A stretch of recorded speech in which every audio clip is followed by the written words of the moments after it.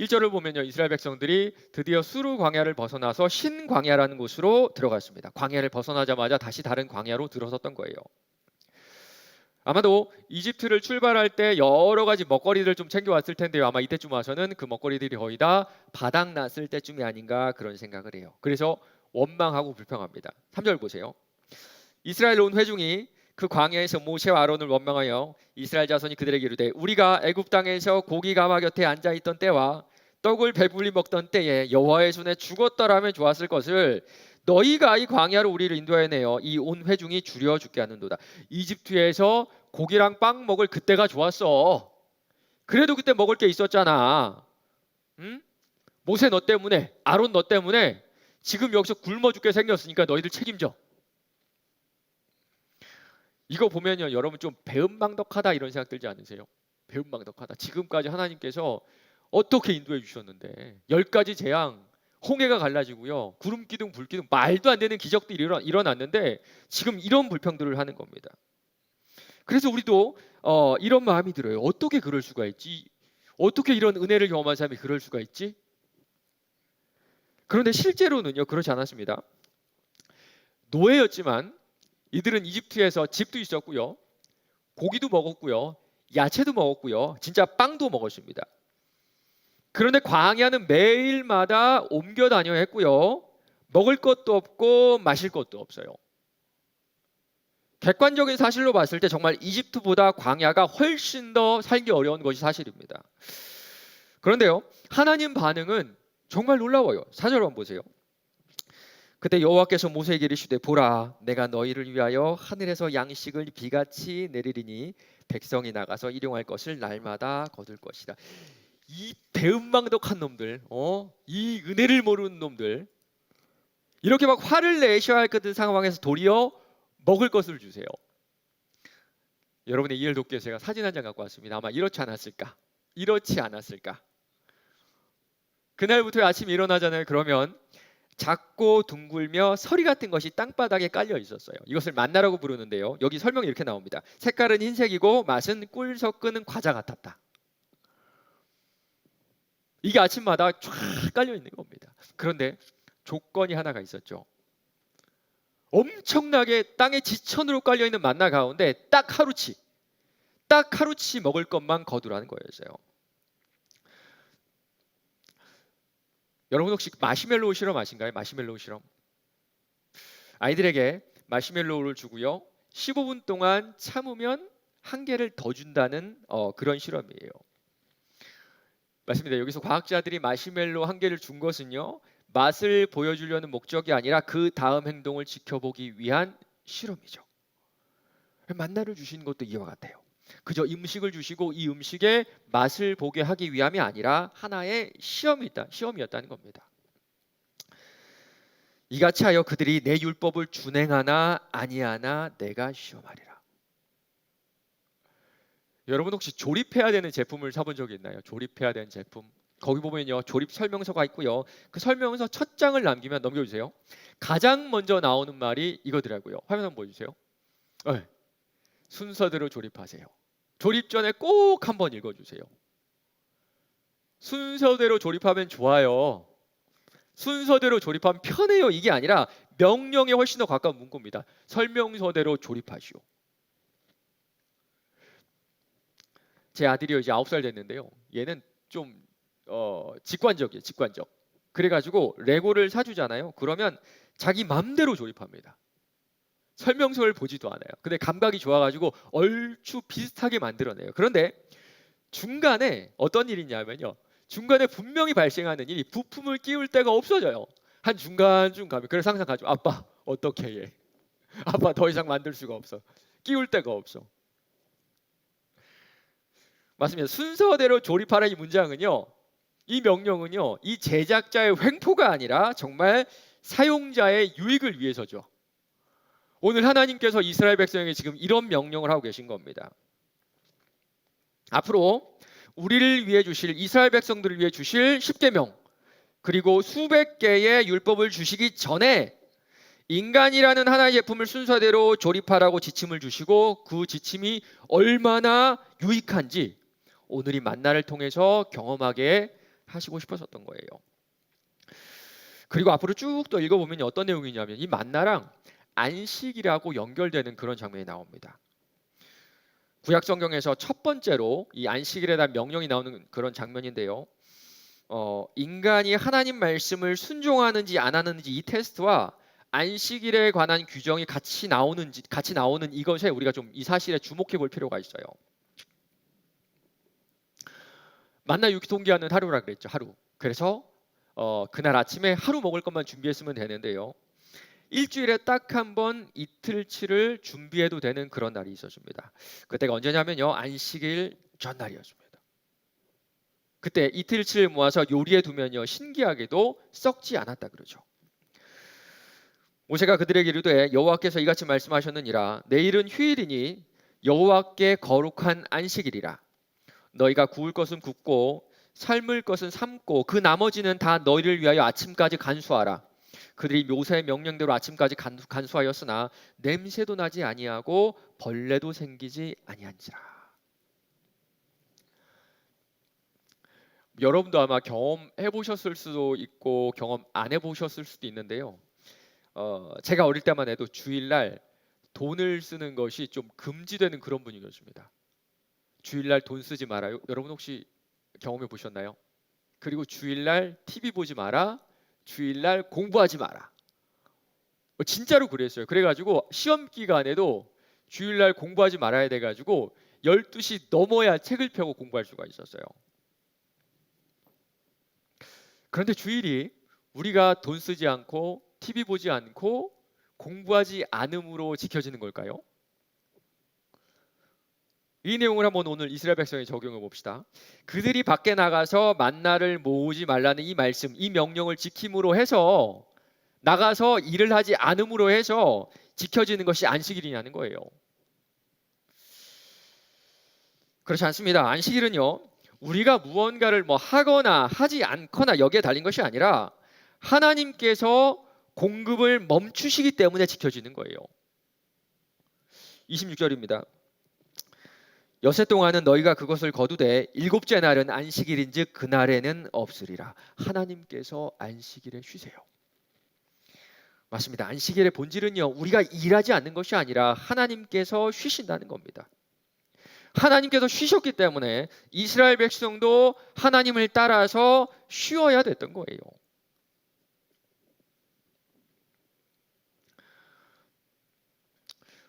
혹시 여러분 가운데 모태신앙 말고 좀 철이 든 후에 중학생, 고등학생, 대학생 된 다음에 혹시 예수 믿는 분들이 있나요?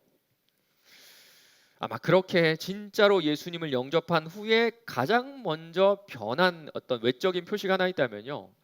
주일을 중심으로 살아가게 됐다는 것일 겁니다. 주일을 중심으로. 우리 모태신앙들도 마찬가지예요. 그 전에 예수님 진짜로 영접하기 전에 가짜 그리스도인으로 교회 다닐 때는요. 그냥 주일은 교회 잠깐 오는 시간, 부모님 눈치 보고 오는 시간, 습관대로 오는 시간, 아니면 일주일에 하루 쉬는 시간 정도로 여겼는데요. 은혜를 경험한 후에는 주일을 중심으로 일주일이 돌아가죠. 이게 뭐냐면요. 자기 중심성인 삶에서 하나님 중심의 삶으로 전환되었다는 겁니다. 우리가 사는 세상은요. 그 어느 때보다 나를 세상의 중심으로 만들어요. 광고 하나 갖고 왔는데 한번 보여주세요. TV 광고를 봐도요. 이렇더라고요. 전부 다 내 개인적인 필요를 자극하는 것이 주 목적이에요. 이 제품을 쓰잖아. 그러면 훨씬 더 너는 더 나은 사람이 될 거야. 이런 광고들을 보다 보면요. 정말 세상에서 제일 중요한 것이 내 필요를 채우는 것처럼 느껴집니다. 맞습니다. 우리도 모르는 사이에 내 필요를 채우는 것이 우리 인생의 목적이 되어버렸는지도 몰라요. 지금 이스라엘 백성도 마찬가지죠. 언제나 중심은 내 자신입니다. 특별히 내 배, 내 위장. 그래서 이미 안식일 전날에 이틀치를 모아뒀음에도 불구하고 먹을 것이 있음에도 불구하고 또 구하러 나가는 거예요. 일곱째 날에 백성 중 어떤 사람들이 거두러 나갔다가 얻지 못하매. 그런데 하나님은요, 이 시험을 통해서 지금까지 살던 인생의 방식을 완전히 바꾸길 원하셨던 겁니다. 그저 안식일에 일하지 말고 지켜. 안식일에 돈 쓰지 마. 안식일에 TV 보지 마, 안식일에 공부하지 마. 이게 아니라 내 생각, 내 경험, 내 중심적인 사고에서 완전히 벗어나서 하나님 중심의 삶을 살기 원하셨던 거예요. 맞습니다. 이 광야를 통해서 이스라엘 백성에 가르치기 원했던 정말 딱 한 가지가 있다면 하나님 중심의 삶. 하나님 중심의 삶. 이번 주에 어떤 자매가 저한테 이런 큐티를 보내주셨습니다.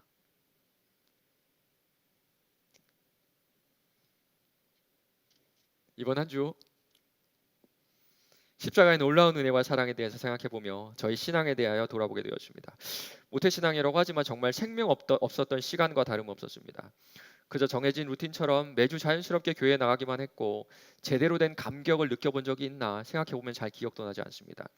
그러다가 수련회 때 목사님의 설교를 통해 여태껏 나는 하나님을 전혀 모르고 있었구나 깨닫고 정말 엉엉 울며 이전에는 경험해보지 못한 두려움에 휩싸여 제발 저를 포기하시지 말아달라고 기도했던 것이 저의 신앙생활의 터닝포인트가 되었습니다. 이전과 가장 많이 달라진 것이 있다면 무엇을 하든 하나님이 떠오른다는 것입니다. 잘못을 하면 하나님이 가장 먼저 떠오르고 마음이 지치고 힘들 때 하나님을 가장 먼저 찾게 되고 감사한 것이 있을 때도 주님이 가장 먼저 생각납니다. 이전에는 교회만 가서 잠시 찾던 하나님이 이제는 내 삶 구석구석에서 함께 하시는구나를 경험할 수 있게 다시 기회를 주신 것에 그 은혜와 사랑에 감사함을 느낍니다. 내 중심의 삶을 살다가 하나님 중심으로 그 인생이 전환된 겁니다. 그리고 이게요, 하나님이 아니라 나에게 얼마나 큰 유익이 되는지 은혜를 경험한 사람들은 알아요. 이스라엘 백성들 보세요. 지금까지는요, 이집트에 살면서 일주일에 7일 일했습니다. 하루도 안 쉬고 꼬박꼬박 일했어요.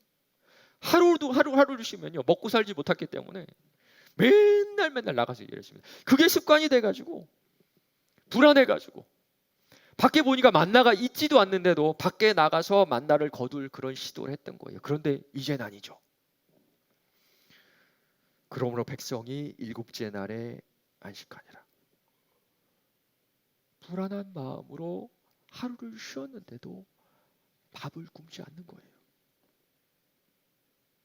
내 생각, 내 경험, 내 중심적인 인생으로서는 도저히 알 수 없었던 제대로 된 삶을 우리 주님은 광야에서 만나를 통해 맛보게 하셨던 거예요. 그리고 이 가운데 주시는 아주 단순한 진리가 하나가 있습니다. 만나는 매일 줄 테니까 하루치만 걷어. 안식일에는 이틀치를 줄 테니까 이틀치를 걷어가지고 요리해도. 이거 어려운 명령이에요. 이해하기 어려운 명령도 아니고요. 실행하기 어려운 명령도 아니죠. 사실 초등학교 1학년만 되어도요, 다 이해할 수 있고 실행할 수 있는 그런 내용이죠. 맞습니다. 광야에서의 시험은요, 절대로 모호하거나 어려운 게 아니었습니다. 많은 청년들이 하나님의 뜻을 궁금해하고 물어요. 가끔은 저를 찾아와서 물어보기도 합니다. 목사님, 저 이 시험 계속 준비할까요? 목사님, 저 이 일을 계속해도 될까요? 아마 여러분도 공감이 될 겁니다. 아직 취업을 못한 지체들은요, 어디에 어떻게 취업해야 되는지 지금 고민이고요. 취업한 지체들은요, 내가 이 일을 계속해야 되나? 이 일을 계속할 수 있을까? 이게 고민이죠. 결혼 문제는 말할 것도 없고요. 여러분 결혼하고 나잖아요. 그러면 이제 지금까지의 문제는 문제가 아니란 생각이 될 정도로의 큰 고민들이 찾아옵니다. 맞습니다. 이 광야 같은 세상을 살다 보면요, 정말 하나님의 뜻이 무엇인지 잘 모를 때가 있어요. 그래서 기도해도 우리 주님께서는 명확하게 뭐라고 알려주시는 것 같지가 않아요. 그런데 여러분 오늘 말씀 보세요. 우리 하나님 말씀 정말 명확해요. 만나는 하루치만 거둬라. 안식일에 안 줄 거니까 나가지 말고 그 전날에 이틀치를 거둬라. 이해하기도 쉽고 행하기도 쉬운 말씀이죠. 우리 하나님이 우리에게 주신 말씀이래요. 예수님께서 신약 구약 성경 전체를 너무나 감사하게도 딱 한 문장으로 요약하셨죠. 하나님을 사랑하고 너의 이웃을 네 몸처럼 사랑하라. 이거 이해 안 되는 분 있으세요? 신약 성경의 메시지도 똑같죠. 사도행전 1장 8절입니다. 오직 성령이 너희에게 임하시면 너희가 권능을 받고 예루살렘과 온 유대와 사마리아와 땅끝까지 이르러 내 증인이 되리라 하시니라. 복음의 증인이 되는 게 신약 성경의 메시지 아닌가요? 명확하죠. 명확하죠. 하나님을 사랑하는 것, 이웃을 내 몸처럼 사랑하는 것, 복음의 증인이 되는 것. 이해가 안 되는 말씀도 없고요. 실행하기 불가능한 말씀도 없습니다. 하나님은 여러분에게 야, 명환아, 너 100m 10초로 달려. 신경아, 너 올림픽 나가가지고 금메달 따라. 이런 말씀 안 하세요. 이런 말씀 안 해요. 불가능한 얘기도 안 하시고요. 이해가 안 되는 개념으로 뭐 저기 우주의 언어로 말씀하지도 않으세요. 그런데 우리는 이렇게 명확하게 주신 하나님 말씀을 지키지 않고요. 도리어 하나님의 뜻을 구하고 있는 거예요. 이스라엘 자손 온 회중이 그 광야에서 모세와 아론을 원망하여 결국에는 원망으로 끝나는 여러분의 기도. 내가 기도해도 응답하시지 않는다고 온갖 불평을 다하는 여러분들. 이 여러분하고 지금 광야에서 불평, 불만, 원망하는 사람들하고 뭐가 달라요? 우리 주님은요, 이 인생의 광야를 걸어가는 우리에게 이미 명확한 지침들을 다 주셨습니다. 맞습니다. 문제는 우리의 불순종이지 하나님의 무관심이 아니라는 거예요.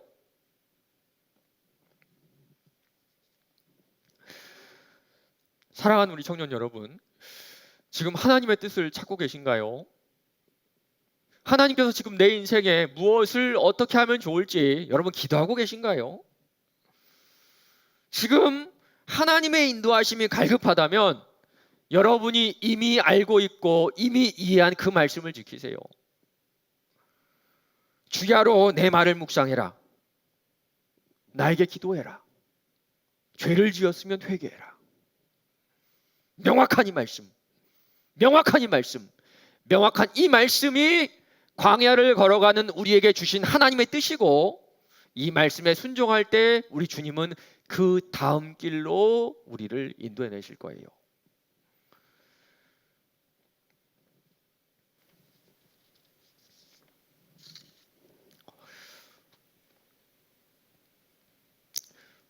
이 사건은요, 만나를 항아리에 담아서 보관해라 하는 그 명령으로 끝이 납니다.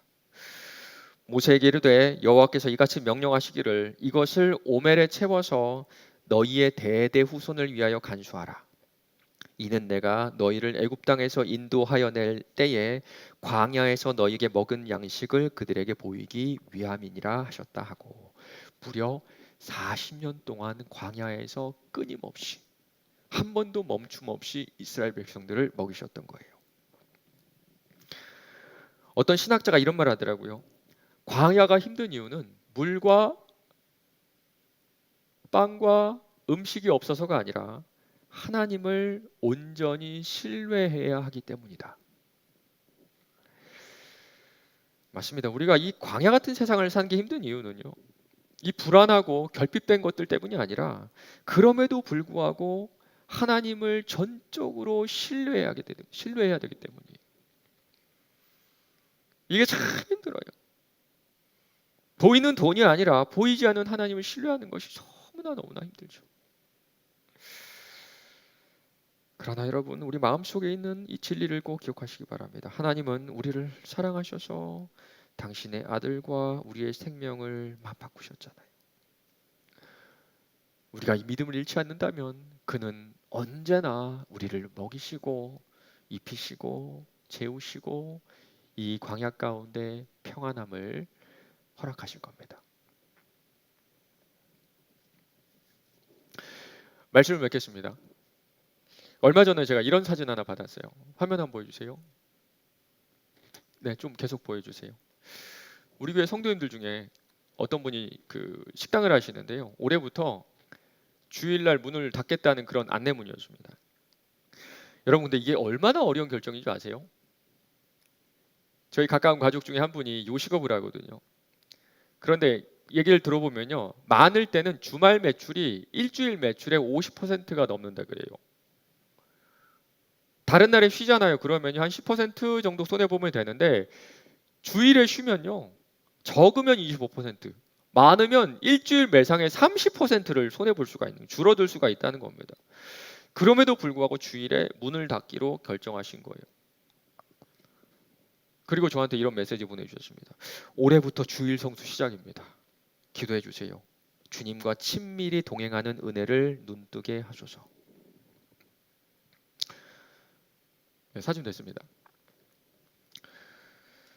저는요, 물론 주일에 가게 문을 닫아야, 사업을 하지 않아야 주일 성수를 하는 거라고 그렇게 저는 생각하지 않습니다. 주일에 일하시는 분들을 신앙적인 이유로 비판해서는 절대 안 돼요. 그럼에도 불구하고 이분은 주일에 문을 닫으신 거예요. 아마 수입은 좀 줄어들지 않을까요? 매출이 줄어들 가능성이 크겠죠. 그러나 한 가지 확실한 것은 주님과 친밀하게 동행하는 은혜를 누리실 겁니다.